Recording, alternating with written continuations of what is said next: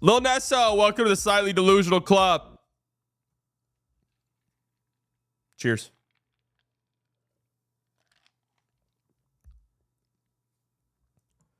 The Mavericks have won 2 straight games. Felt like the sky was falling a few nights ago, coming off of that loss against the Memphis Grizzlies. They've now won 2 straight, and I'm being dead serious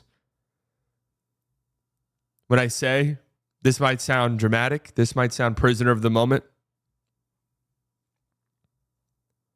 I think we might look back at these 2 games as a very big moment in the season. The same way we look at those Kings games last year. 2 like fairly close games. I think the first game the Mavs blew them out, right? That could have gone either way. You win both on the road in Sacramento, and that was kind of the moment where it was like, all right, this team's locked and loaded. They're ready to go. These games here, very important wins for the Mavs. Reason being, you lose both of these, you're in the midst of what would be at that point a 7-game losing streak. You would be 20-18, and you would just look at the situation and just say, I'm not sure. I'm not entirely sure what the end result's going to be here. Locker room vibes seem sky high. Even if you lose to this Blazers team last night, you went to the game a 7.5-point favorite. You are obviously without your 2 main guys, but you were a better team than this Blazers team. You should have won, and then you did. 16-2 run to end it. Really a 16-0 run to end it. You're lucky Luka wasn't playing or Simons would have hit a game winner over his 3rd MVP candidate. Yeah. I mean, we know firsthand what Anthony Simons is capable of doing. Every Mavs game against this Blazers team has just been something. The one time the Mavericks were like fully healthy, they did blow them out. But it's just game 1. These teams have played 4 times this year. This is the last time they would have met. In Portland, the Trailblazers shoot an ungodly percentage from 3. The Mavericks barely pull out a win. Anthony Simons, 27 points. That might not seem like a lot. I think he had 24 points in the 3rd quarter. Only 3 the rest of the game, and fouled out. They won 18 of 31 from 3, 58%. You somehow win that game.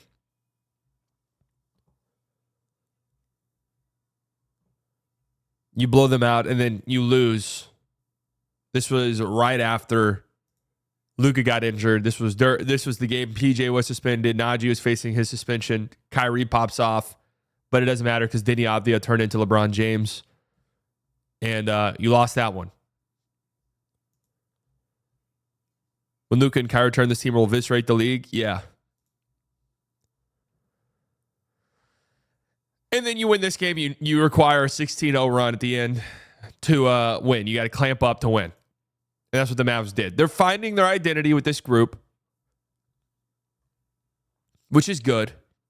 Because when Kyrie and Luka come back, I think that will...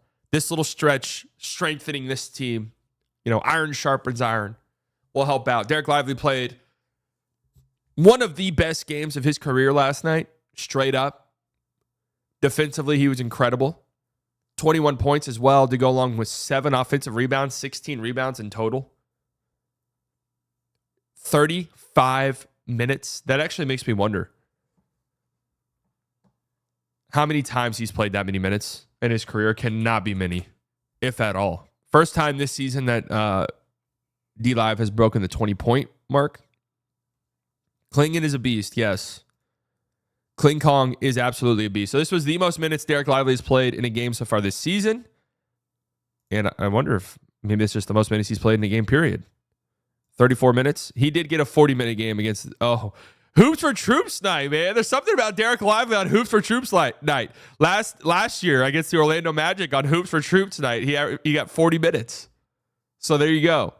He had a couple of 40-minute games last year.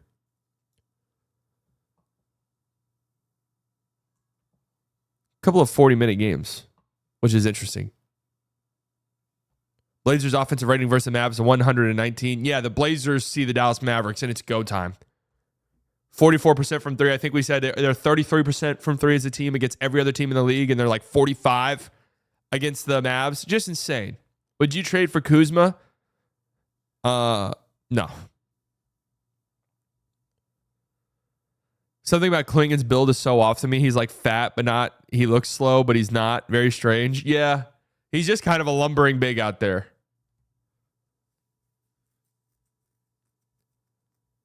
Talk to me about Quentin Grimes. I'm doing a Quentin Grimes video later today. He's been incredible. He's been awesome. Has he been like a superstar all-star? No. Nobody's wanting him to be that. He's been great. He's filled in the role that the Mavericks have needed desperately, and he's done it.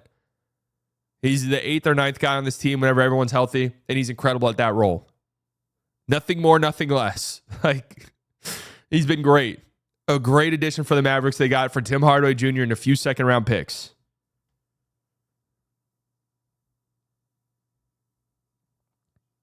Beautiful. He's everything that you wanted Josh Green to be. Good morning, Supreme Sam. Salute. Would you pay Grimes, Klay Thompson money? I think Grimes is gonna be a mid-level guy. That's where I'm settling at. I don't see $20 million. We joke about it. I joke about it. 20 million, 30 million. I don't think he's gonna get 20 million. Unless he continues this trajectory and then has like a Caleb Martin moment in the playoffs or something. And even then, what did Caleb Martin's contract was never even crazy. You look at the teams that have cap space in the summer. I think mid-level, yeah. I mean, he's a restricted free agent.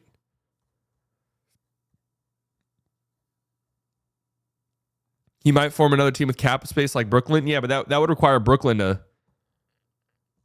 pay him. I don't know. Grimes having a Bruce Brown season.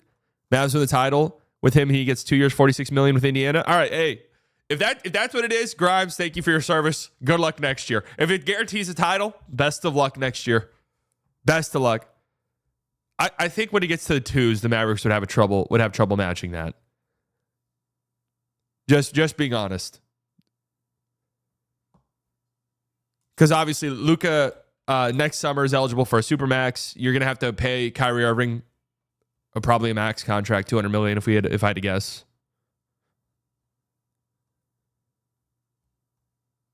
I definitely think there's a price they don't match. But the good news is he's restricted free agent. So they're in the driver's seat here. You can't not match. You can. You cannot match. I mean, there's going to be a number where it becomes a little ridiculous.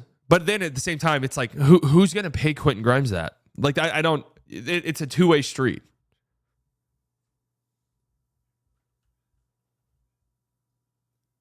You think Grimes is worth Klay's contract? Like 16 mil?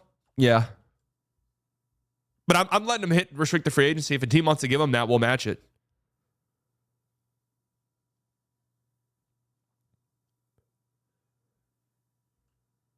Pistons offering like 3 years, $68 million would be hilarious. I don't think they would do that. Yeah, Najee's what, $8 million? Isn't that what Najee is? Did Najee get the full mid-level?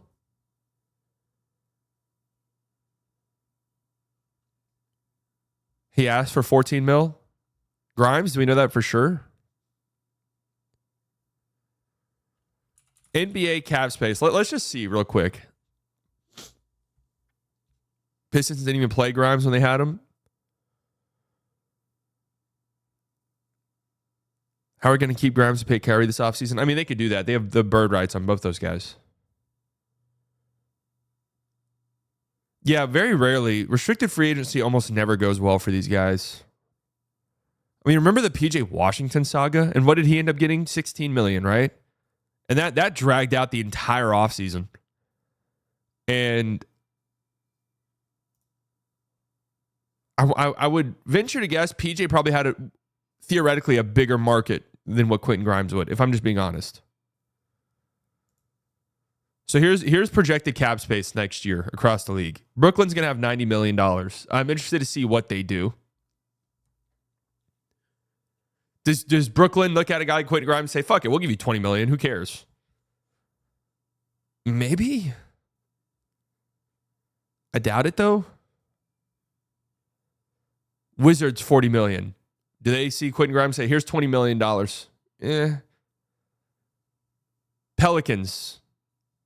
Do they need another guard unless they're making roster changes? Charlotte. Spurs is like kind of an interesting one, but are they like they're probably going to be big game hunting rather than going for Quentin Grimes $20 million.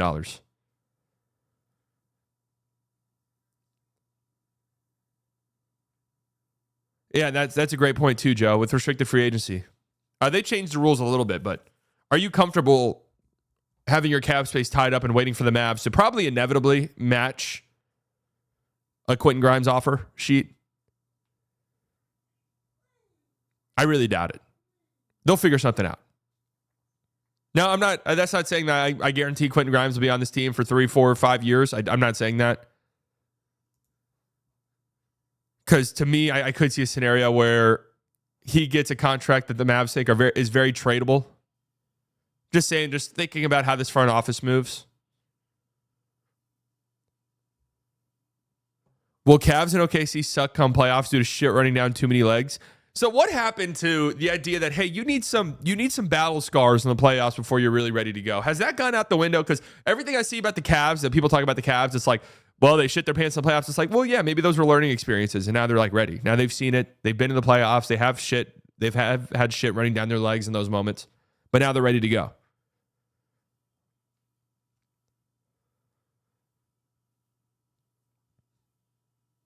Yeah, same thing with OKC. That's true. They had a whole lights are too bright meme dedicated to them. But nice win for the Mavs. I know we went off on a tangent about Quentin Grimes, but Jaden Hardy also was great in this game. 5 of 9 from 3. He's been scorching hot from 3 over the last couple of weeks. Best in the league since December 28th. And I mentioned this on Locked On. He's been over 50% each game in each of the last 7 games from 3.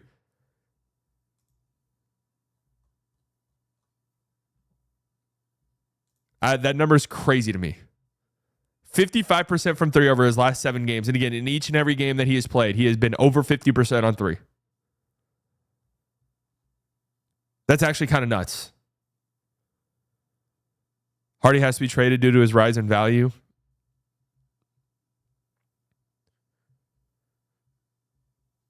Since the famous not an NBA player comment, it's true. You're welcome, Jaden Hardy.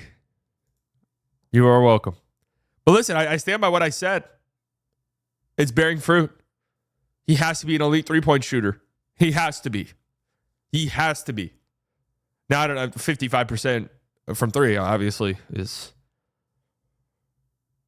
very, very up there. Can I help you, bro? What?